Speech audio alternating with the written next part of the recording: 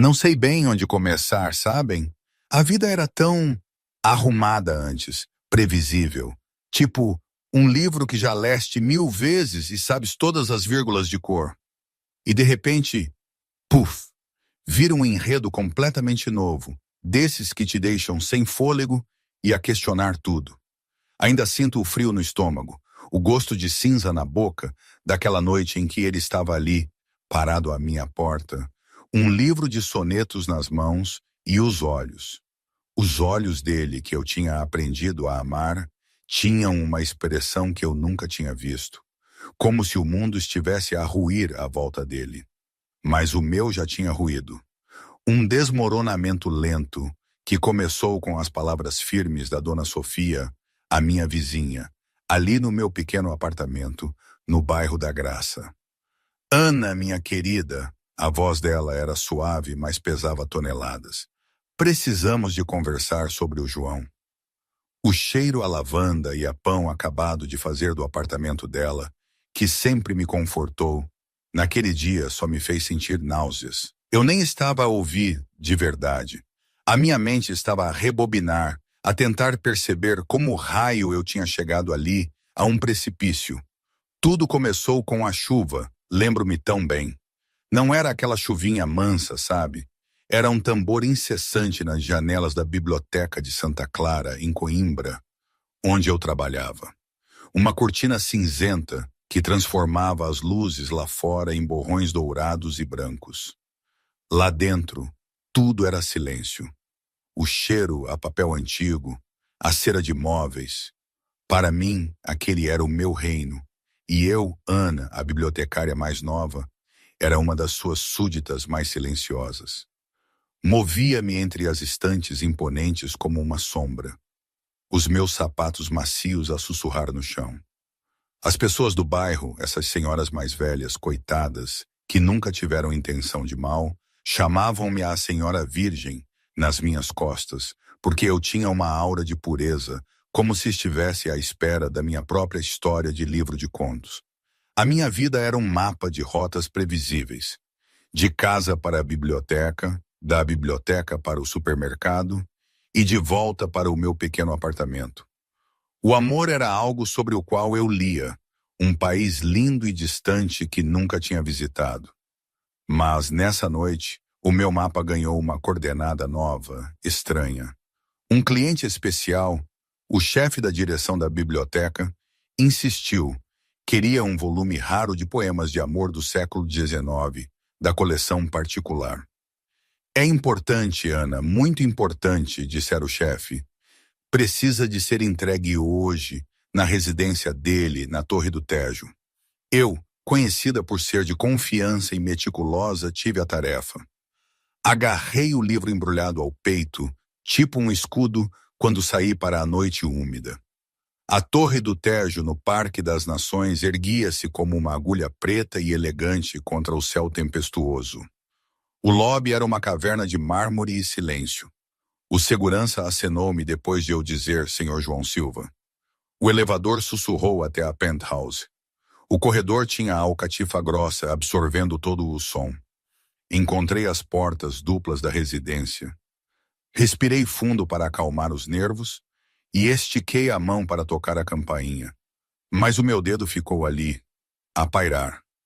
A porta não estava completamente fechada.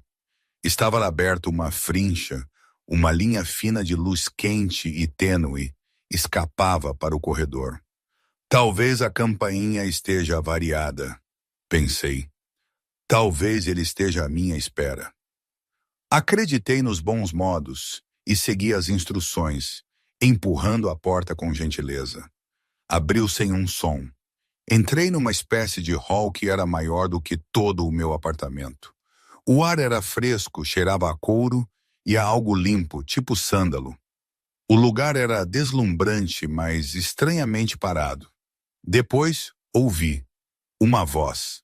Uma voz de homem profunda e ressonante que vinha de uma sala ao fundo de um pequeno corredor. Não estava a falar, estava a recitar. As palavras eram baixas, melódicas e carregadas de uma tristeza tão profunda que me fez prender a respiração. E nesta vida de noite infinda, uma única moeda de luz emprestada. Eu conhecia aquele poema. Era do próprio livro que eu trazia. Puxada pelo som assombroso, aproximei-me. Os meus sapatos não faziam barulho no chão polido. A porta do escritório estava aberta. Espreitei. O homem lá dentro não era o que eu esperava. Não era um estudioso velho. Era jovem, talvez nos seus 30 e poucos anos, e tinha uma constituição forte, a sua silhueta a forçar o tecido fino da camisa escura. Estava sentado numa grande poltrona de costas para a porta com a cabeça baixa. Os seus ombros largos pareciam carregar um peso maior do que qualquer fardo físico. Na sua mão grande e forte ele não segurava um livro, mas uma pequena e comum moeda de 1 cêntimo. Ele estava a virá-la repetidamente entre os dedos, com um ritmo lento e terno.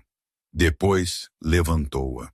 Pressionou o metal fresco gentilmente contra a sua própria têmpora, os olhos fechados, o seu rosto bonito uma máscara de uma tristeza tão crua e solitária que senti uma pontada imediata no meu próprio coração. Pensei que ele estava a chorar. Vi um homem em profunda dor privada, e o meu instinto, sempre de confortar, de consertar, superou todas as regras sobre intromissão. Dei meio passo para dentro da sala, a boca a abrir para oferecer um suave. Com licença. A tábua debaixo do tapete luxuoso soltou um ranger agudo e traiçoeiro. A mudança foi instantânea e aterrorizante. O homem estava de pé num movimento tão fluido e rápido que parecia inumano. Virou-se e a tristeza nos seus olhos desapareceu, substituída por uma frieza glacial e perigosa. Parecia um predador, o olhar fixo em mim. Senti o meu sangue gelar. Já tinha visto tempestades nos olhos das pessoas, raiva, irritação, mas aquilo era uma nevasca, um olhar que prometia violência. Quem é você? Exigiu, a voz já não melódica, mas uma lâmina de aço frio. Como é que entrou aqui? A minha mente ficou em branco com o terror. O livro embrulhado nas minhas mãos parecia um tijolo inútil. A minha língua colou-se ao céu da boca. Vi a mão dele contrair-se, como se estivesse a procurar algo que eu não conseguia ver. As palavras saíram numa corrida desesperada e desordenada. Uma sopa caótica da minha missão e da cena de cortar o coração que tinha acabado de testemunhar. Eu sou da biblioteca. O livro. O seu livro. Eu sinto muito, eu viu, e você parecia tão triste e eu só queria deixar-me acabar isso com a minha boca. No momento em que a última frase absurda me escapou, o meu cérebro parou a chiar. Os meus olhos arregalaram-se num puro e absoluto horror. Eu não queria dizer aquilo. Queria dizer, deixe-me acabar de entregar o livro, ou deixe-me acabar a minha frase. A minha boca traiu-me completamente. Um silêncio profundo e ensurdecedor caiu sobre a sala. O homem perigoso, João Silva, simplesmente olhou para mim. A sua expressão feroz vacilou. A raiva gelada derreteu-se em choque puro e absoluto. O olhar dele desceu do meu rosto aterrorizado para o embrulho desajeitado nas minhas mãos trêmulas, e depois de volta para o meu rosto. Ele não viu astúcia, nem a manha de um assassino. Viu uma mulher a afogar-se em vergonha, com olhos gentis e apavorados, parecendo um coelho perdido num covil de lobos. Um som escapou-lhe. Começou como um rosnado baixo no peito e irrompeu num latido curto, agudo e genuíno de riso. Era um som que ele não fazia há anos. Engoliu-o rapidamente, passando a mão pela mandíbula. Mas a nevasca nos seus olhos tinha desaparecido, substituída por uma curiosidade perplexa. Você é da biblioteca, afirmou, a voz agora cuidadosamente neutra. Eu só conseguia acenar, a mortificação a queimar-me as bochechas. Estendi-lhe o livro como uma oferta de paz. Ele deu um passo em frente, perto o suficiente para eu sentir aquele cheiro limpo, a sândalo misturado com algo que era unicamente dele. Pegou no livro, os seus dedos roçando os meus. Um pequeno choque elétrico pareceu saltar entre nós. Ele desembrulhou-o lentamente, confirmando que era o volume correto. Olhou dos antigos poemas de amor para mim, esta criatura completamente desarmante que tinha invadido a sua fortaleza de solidão com um shh e uma gafe verbal escandalosa. Meteu a mão no bolso, tirou uma carteira pesada e tirou várias notas grandes, muito mais do que o valor do livro. Pelo seu incômodo, disse ele, a voz ainda baixa, mas o nervosismo tinha desaparecido. E pela entrega única. Peguei no dinheiro, os meus dedos dormentes. Não conseguia falar. Dei um pequeno e abrupto aceno de cabeça, virei-me e fugi. Corri de volta pela vasta sala, pela grande porta para o corredor e para o elevador, o coração a bater-me no peito. João Silva ficou no centro do seu escritório silencioso, a ouvir o fraco dingue do elevador ao longe.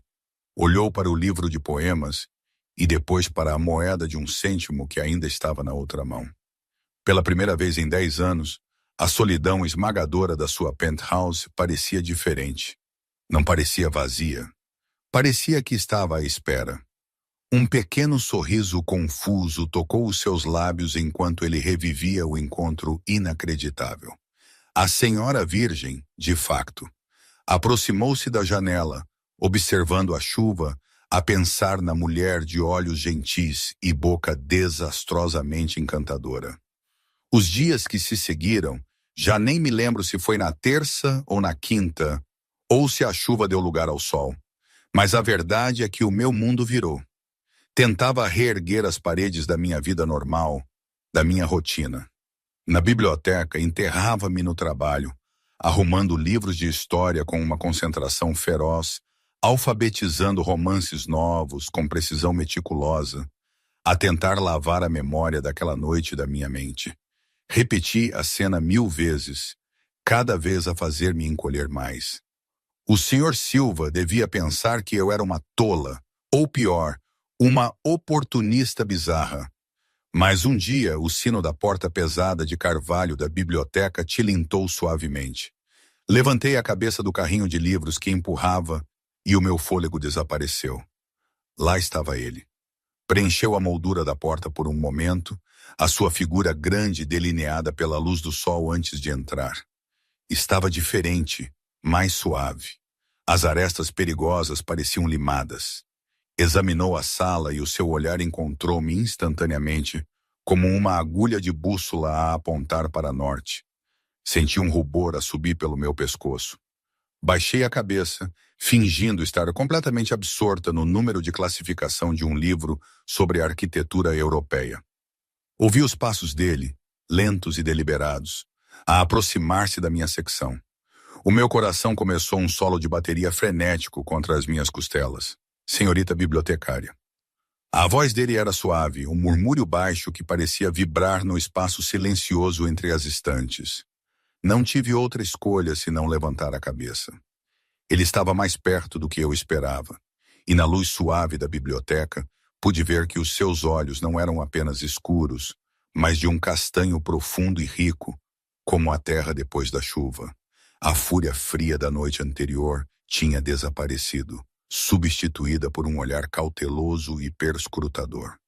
Senhor Silva, consegui, a minha voz um sussurro agudo. Sinto muito pela noite passada. A porta estava aberta e eu não queria. E o que eu disse? Ele levantou uma mão impedindo-me. Está esquecido. O livro era exatamente o que eu precisava. Ele fez uma pausa olhando para as estantes imponentes. Na verdade, esperava que pudesse ajudar-me a encontrar outra coisa. Claro, disse eu entrando automaticamente no meu papel profissional. Era um guião seguro. O que procura? Ele pareceu ponderar, os olhos nunca deixando o meu rosto. Algo sobre segundas oportunidades, disse ele finalmente. Ou talvez sobre começar de novo. Tem algo assim? Foi um pedido tão vulnerável e inesperado, vindo de um homem que parecia quem ele parecia. O meu nervosismo foi momentaneamente superado pelo zelo de bibliotecária. Siga-me, disse eu, virando-me e levando-o mais para dentro das estantes. Levei-o para a seção de literatura, os meus dedos a roçar nas lombadas. Temos romances, claro, mas às vezes a filosofia, ou mesmo a poesia conseguem expressar esse sentimento melhor do que uma história. Tirei um volume fino de ensaios. Este é lindo. Fala sobre como cada dia é uma nova página. Ele pegou no livro, os dedos dele roçando os meus novamente, enviando aquele mesmo pequeno choque através de mim. Não o abriu, só o olhou. Conhece bem a sua coleção. É a minha casa, disse eu simplesmente, e depois corei, percebendo o quão infantil aquilo devia soar. Uma boa casa para ter, respondeu ele, e soou como se quisesse dizer mesmo aquilo. Silenciosa, organizada, tudo tem o seu lugar. Nem sempre, disse eu com um pequeno sorriso verdadeiro. Às vezes as pessoas colocam as coisas no lugar errado e criam um mistério inteiro. Ele sorriu de volta, apenas um ligeiro levantar dos lábios, mas transformou o seu rosto. Fê-lo parecer mais jovem, mais bonito de uma forma que era menos intimidante e mais real. Sou o João, disse ele. Sei, da guia de entrega. Sou a Ana. Ana, repetiu ele, e o meu nome na sua voz profunda soou como algo precioso. Conversamos então em sussurros baixos de biblioteca. Ele perguntou-me o que eu gostava de ler e eu confessei o amor por velhos contos de cavaleiros e cavalaria. Os ideais, disse eu, os meus olhos a iluminar-se, a coragem de proteger, a promessa de ser bom. Ele disse-me que preferia a poesia. A sua verdade condensada, disse ele, uma vida inteira de sentimentos em poucas linhas. Às vezes uma triste é mais honesta do que uma feliz. Falamos durante uns 20 minutos, uma conversa que fluiu com uma facilidade que nos surpreendeu a ambos. Naquele espaço sagrado e silencioso, ele não era um chefe e eu não era uma bibliotecária tímida. Éramos apenas duas pessoas que gostavam de livros. Aquele momento, sabe? Aquele período em que a gente se vê regularmente e começa a partilhar pedacinhos da alma. Foi assim. Um ritmo que se entranhou na minha vida como o cheiro dos livros na biblioteca. Todas as terças e quintas-feiras à tarde, pontualmente, o sino da porta tilintava. João entrava, sempre com roupas mais suaves, sempre com um aceno à dona Fátima, a nossa bibliotecária mais antiga, e sempre se dirigia diretamente à minha secção.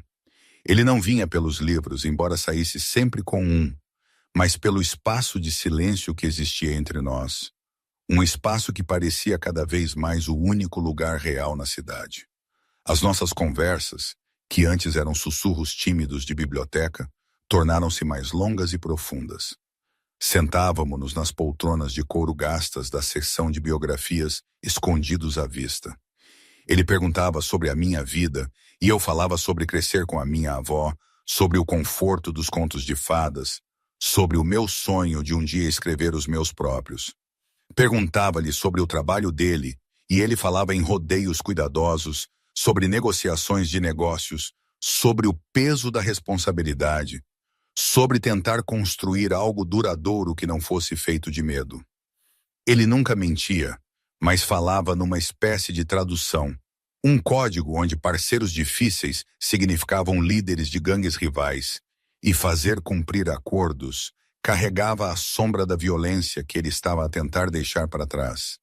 Eu, que via o mundo em histórias, ouvia a luta de um homem a tentar ser melhor. Via a bondade que ele procurava, não a escuridão da qual se afastava. Às vezes, quando não conseguia dormir, pensava na minha avó, na maneira como ela dizia sempre: não confies em ninguém que soa demasiado bonito para ser verdade. Ela referia-se aos vendedores na feira, mas agora eu entendia de outra forma. A Torre do Tejo, as promessas, tudo soava demasiado perfeito. E o perfeito não existe. Isso eu tinha aprendido nos livros e na vida. Era estranho como a realidade podia ser muito mais densa e confusa do que qualquer ficção, mesmo quando a gente tentava encaixar tudo numa narrativa limpinha. Era como se a minha mente tivesse de fazer um esforço extra para não ver as rachadelas, os fios soltos, na imagem que eu tinha construído. Mas eu estava lá, no meio daquilo, E era tudo tão real, tão estranhamente meu. Numa quinta-feira fresca, enquanto percorríamos o caminho agora familiar da biblioteca até o meu prédio de apartamentos, as folhas de outono a estalar suavemente debaixo dos nossos pés, finalmente fiz a pergunta que me ardia desde aquela primeira noite. Tínhamos acabado de passar pela pequena fonte na Praça do Comércio, a água a brilhar sob as luzes da rua.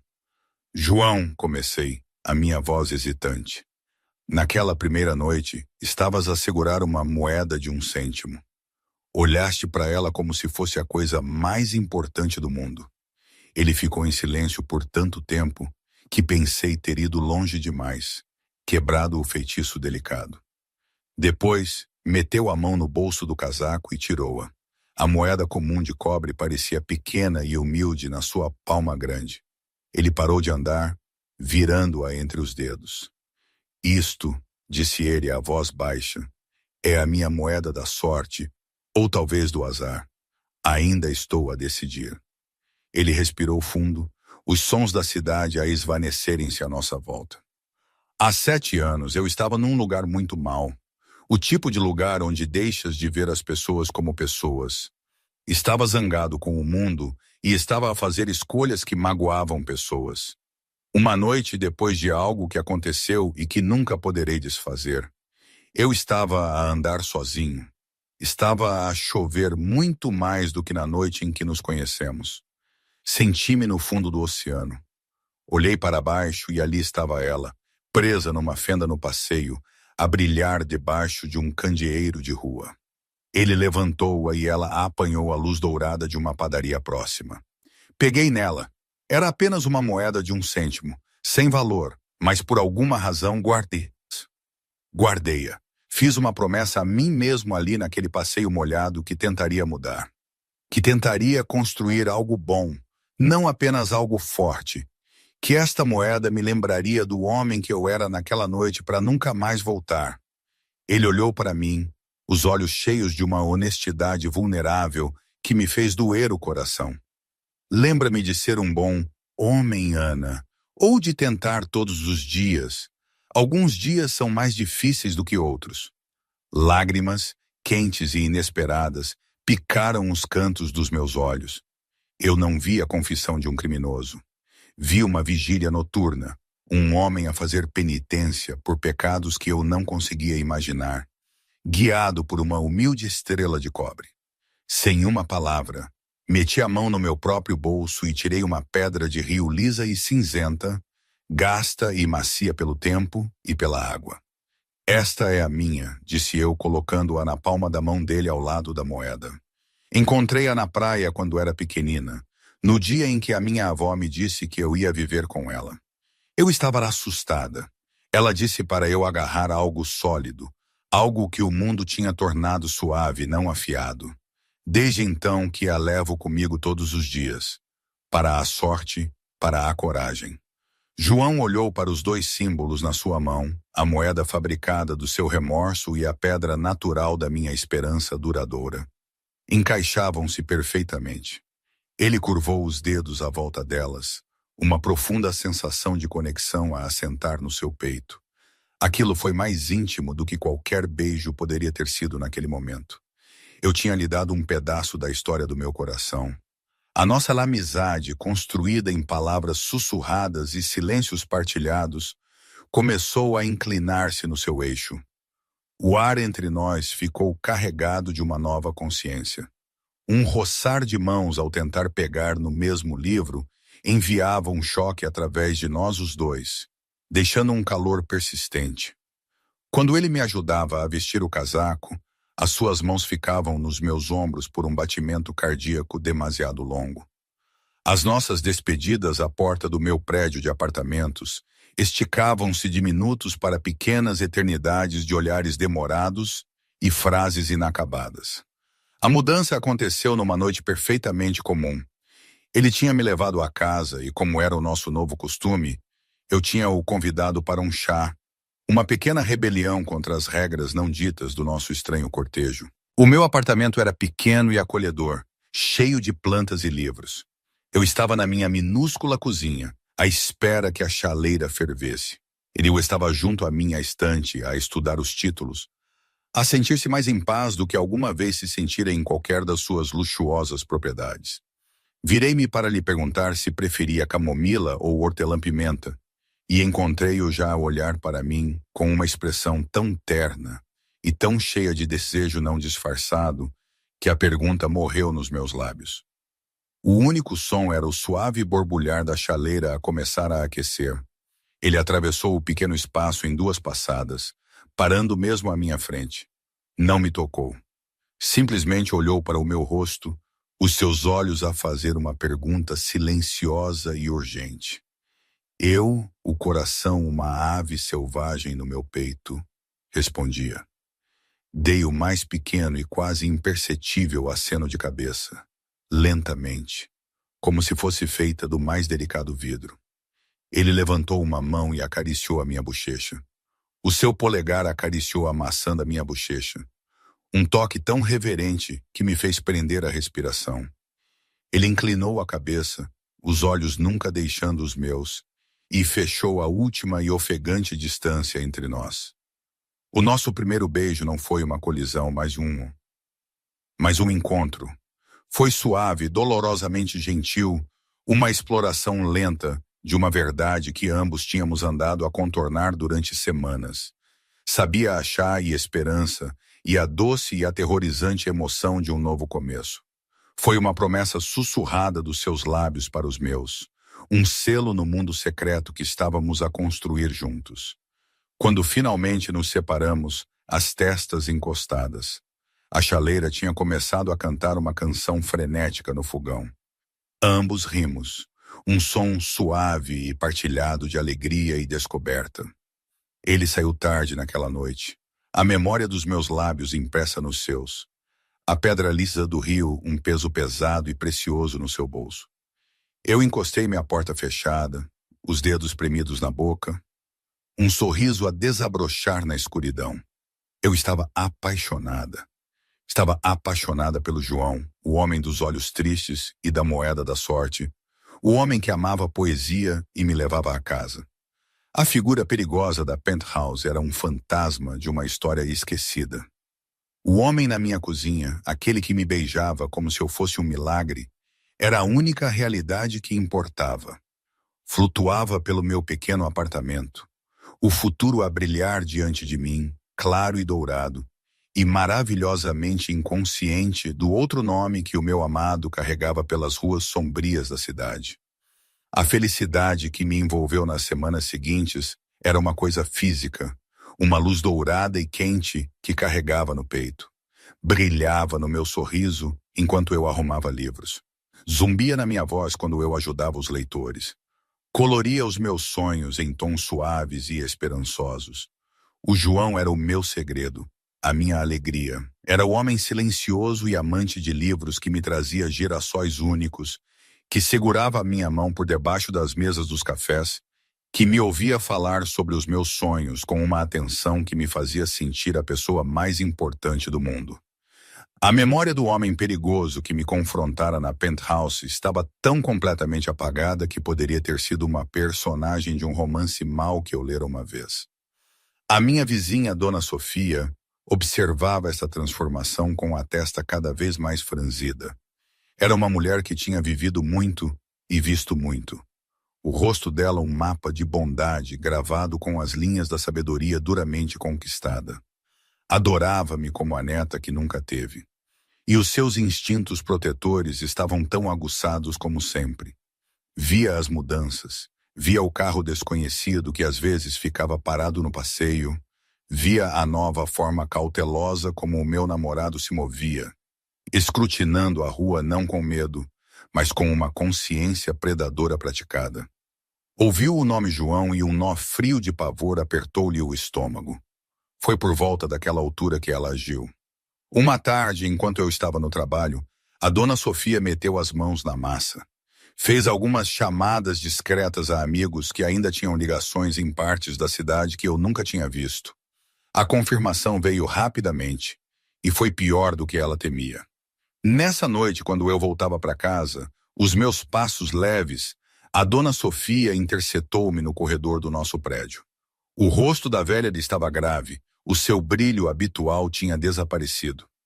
Ana, querida, entra um momento. Precisamos de conversar. Dentro do apartamento acolhedor e desarrumado da dona Sofia, rodeada pelo cheiro a lavanda e a pão cozido. A verdade foi exposta, não foi entregue com crueldade, mas com uma profunda e dolorosa tristeza. O homem que estás a ver, a dona Sofia começou, a voz dela gentil, mas firme. O João, sabes quem ele é? Sorri confusa. Ele é um homem de negócios, é bondoso e está a tentar mudar de vida. Disse-me que se chama João Silva. A dona Sofia esticou a mão e pegou na minha. Ele não é apenas um homem de negócios. Ele é dos Silva. É o chefe de máfia mais poderoso desta cidade. As palavras pairaram no ar, feias e impossíveis. Eu olhei, o meu sorriso congelado, depois a derreter-se lentamente. Não, sussurrei. Isso não. A senhora está enganada. Isso é outra pessoa. O meu João, ele lê poesia. Tem uma moeda da sorte. A moeda não muda o que ele é, minha querida, disse a dona Sofia suavemente. A bondade que ele te mostra não apaga as coisas que ele fez. O mundo que ele controla é um mundo de violência e medo. Tu não podes fazer parte disso. O teu coração é demasiado suave para esse tipo de escuridão. A luz dourada dentro do meu peito estilhaçou-se, substituída por um pavor frio e afundado. As peças começaram a encaixar-se com uma clareza horripilante. A riqueza inexplicável. O segurança Ricardo, que estava sempre a uma distância educada. A forma como outros homens na rua às vezes evitavam o olhar dele. As respostas circulares e cautelosas sobre o seu trabalho.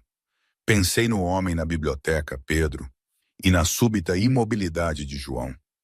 Não confusão, mas reconhecimento. Um jogador de xadrez a ver uma ameaça. Passei uma noite sem dormir, as lágrimas a ensopar a minha almofada. O homem que eu amava era uma ficção linda e terna que eu tinha construído por cima de um monstro. A traição parecia uma ferida física. Quando o João apareceu à minha porta na noite seguinte, com um pequeno e esperançoso sorriso no rosto e um livro de sonetos na mão, ele soube instantaneamente que algo estava terrivelmente errado. Os meus olhos, geralmente tão quentes e brilhantes, estavam vermelhos e vazios. Não o convidei a entrar. Fiquei na porta, uma fortaleza de mágoa. É verdade? A minha voz era monótona, arranhada de tanto chorar. O que é verdade, minha? Perguntou ele usando a alcunha pela primeira vez, o coração a começar a acelerar. Não me chames isso, atirei, um relâmpago de dor a romper. Tu és o João Silva! Tu és o chefe da máfia! A pergunta finalmente dita em voz alta pairou entre nós como uma lâmina de guilhotina. João fechou os olhos por um breve segundo. O medo de que ele andara a fugir finalmente apanhou-o. Podia ter mentido, podia ter me acalmado, mas olhando para o meu rosto despedaçado, ele soube que não me podia dar mais uma falsidade. Sim, disse ele, a palavra suave e pesada como uma lápide. Esse é o meu nome. Essa é uma das coisas que sou. Escapou-me. Uma das coisas que és. Tu mentiste-me todos os dias com cada beijo. Foi uma mentira. Não, disse ele, dando um passo em frente, urgência na voz. Ana, olha para mim. O homem que fala contigo sobre livros, que te leva à casa, que guarda a tua pedra no bolso. Esse homem é real. Essa é a parte mais verdadeira de mim. O chefe. Isso é apenas uma armadura que tenho de usar. Um papel que herdei para proteger a minha família, para manter um tipo terrível de paz. Estou a tentar mudar isso, a deixar isso para trás. Por ti. Por causa de ti. As palavras dele, cheias de amor desesperado, chocaram contra a parede da minha dor. Tudo o que eu conseguia ouvir era a confirmação.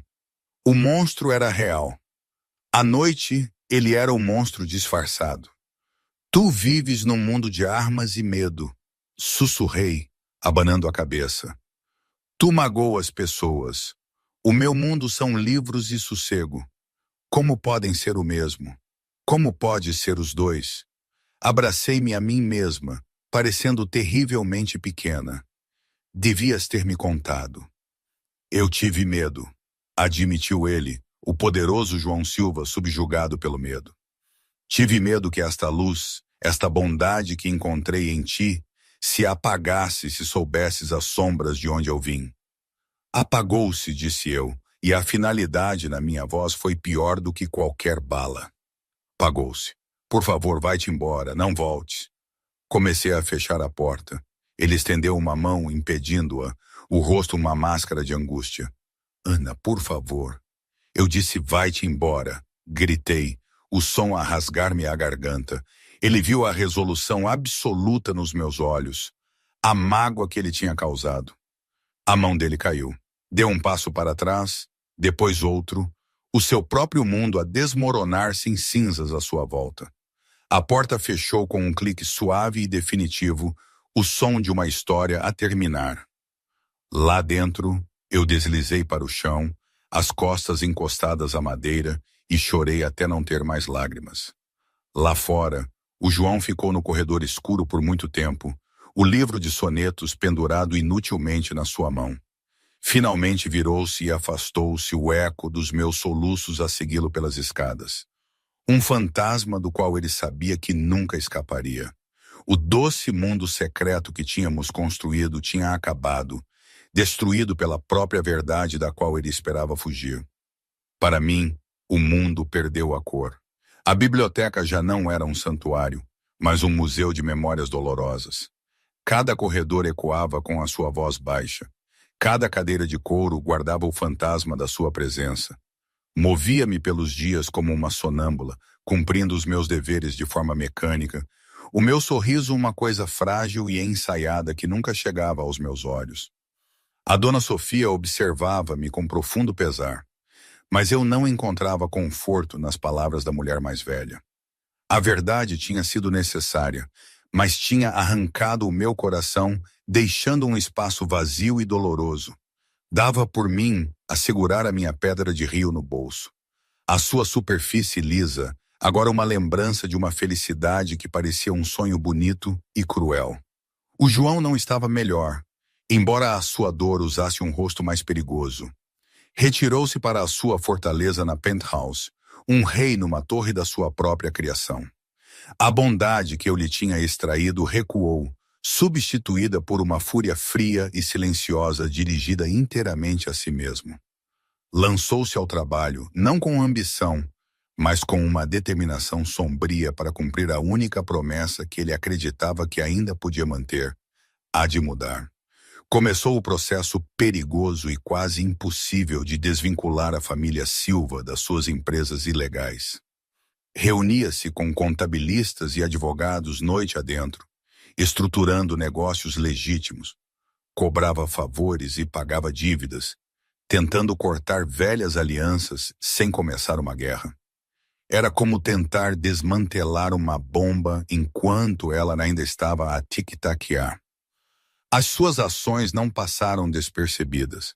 A família Scarpetta, liderada pelo chefe vingativo de Pedro, viu a súbita mudança de João como um sinal de fraqueza, uma oportunidade para tomar o seu território. Ricardo, o leal guarda-costas, via o seu chefe destruir-se com preocupação. Via o olhar vazio nos olhos de João, a forma como ele olhava para a moeda da sorte e a pedra lisa colocadas lado a lado na sua secretária. Ele entendeu que a fonte da nova e imprudente busca de João por uma vida lícita era também a fonte da sua profunda miséria. Certa noite, depois de uma reunião tensa onde uma ameaça dos Scarpetta foi blatantemente clara, Ricardo não conseguiu mais ficar em silêncio. "Patrão!" disse ele cuidadosamente enquanto João olhava para as luzes da cidade. "Ela precisa de saber." "Saber o quê?" A voz de João era grave. "Que sou o monstro que ela já pensa que sou. Ela disse-me para a deixar em paz." "Ela precisa de saber por que é que está a fazer isto", insistiu Ricardo, gesticulando para as pilhas de documentos legais. "Ela precisa de saber o risco que está a correr. Não pela família, mas por ela, porque a ama. Alguém tem de lhe dizer que o homem por quem ela se apaixonou é real e que está a travar uma guerra para a merecer. João virou-se à sua expressão torturada. Não a vou arrastar para os meus perigos, Ricardo. Essa é a única coisa limpa que posso fazer por ela. Ricardo discordou. Ele acreditava no amor, em rupturas limpas e em segundas oportunidades, e acreditava que eu tinha o direito de escolher com toda a informação. Então, na tarde seguinte, enquanto João estava atolado noutra reunião, Ricardo fez uma escolha sua. Conduziu até a biblioteca de Santa Clara. Encontrou-me nas estantes, a espanar livros mecanicamente. O meu rosto estava pálido, os meus movimentos lentos. Senhorita Ana, disse ele, a voz invulgarmente gentil, precisamos de conversar. É sobre o João. Eu encolhi-me ao ouvir o nome. Não tenho nada a dizer. Ele está em apuros, disse Ricardo francamente. Graves apuros, por sua causa. As palavras pararam-me. Virei-me, os meus olhos arregalados de confusão e medo. O quê? Ricardo falou rapidamente em tons baixos.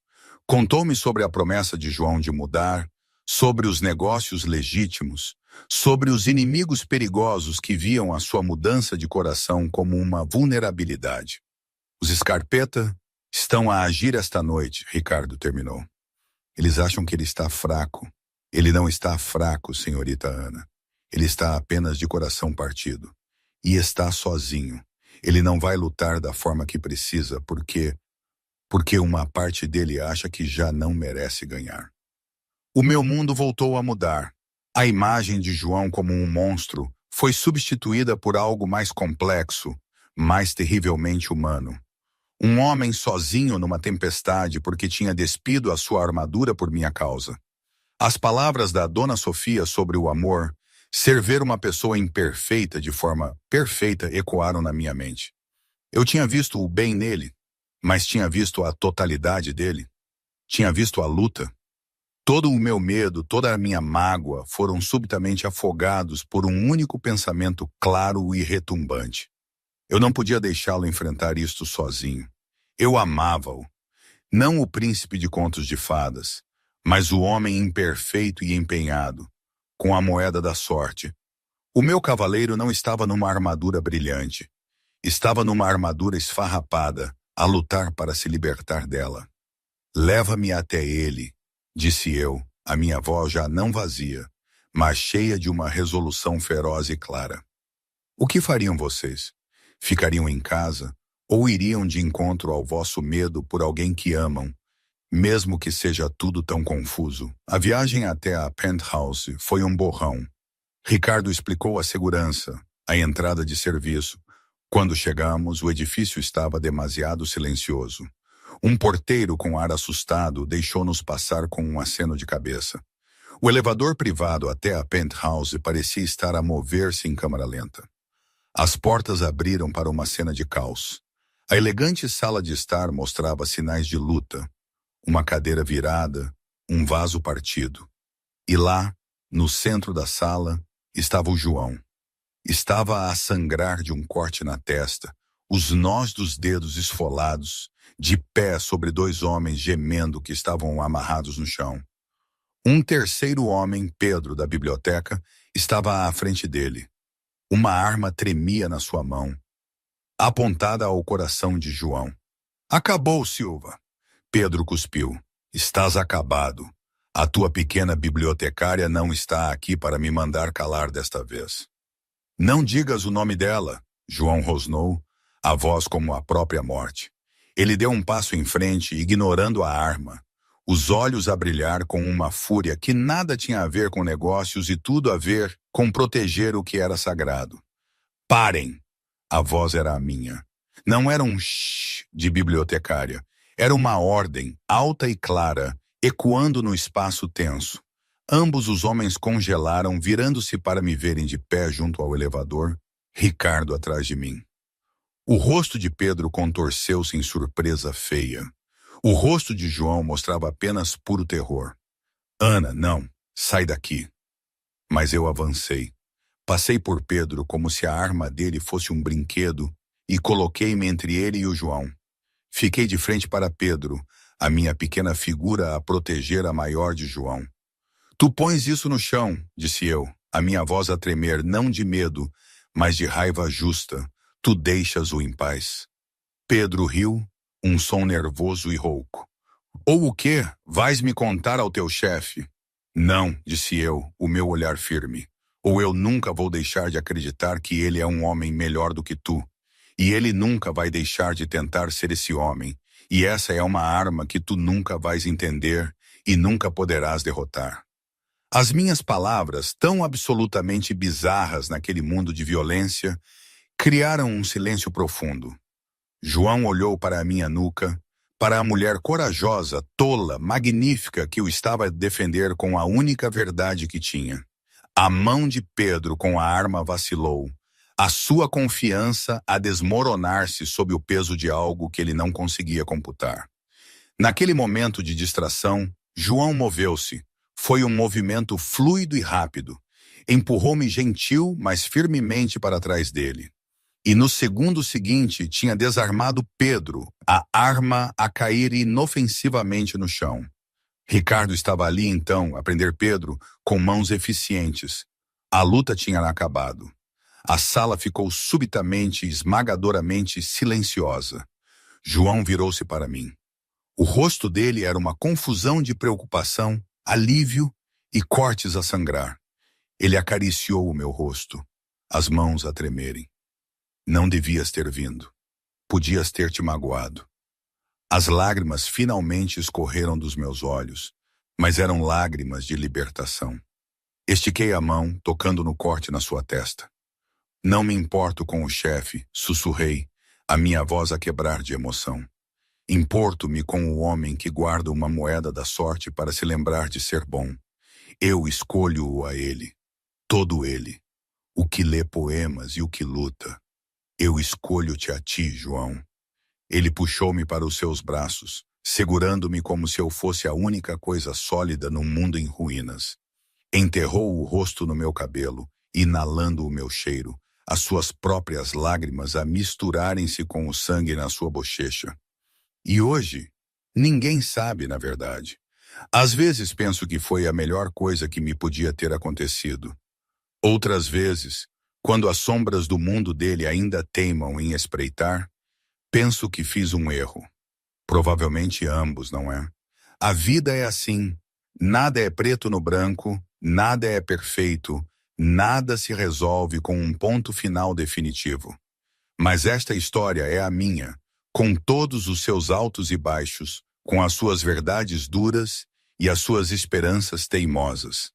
É a história de como uma bibliotecária e um homem com um segredo aprendem a escolher-se todos os dias, com uma moeda e uma pedra a lembrarem-nos de quem somos ou quem queremos ser. E isso, para mim, é o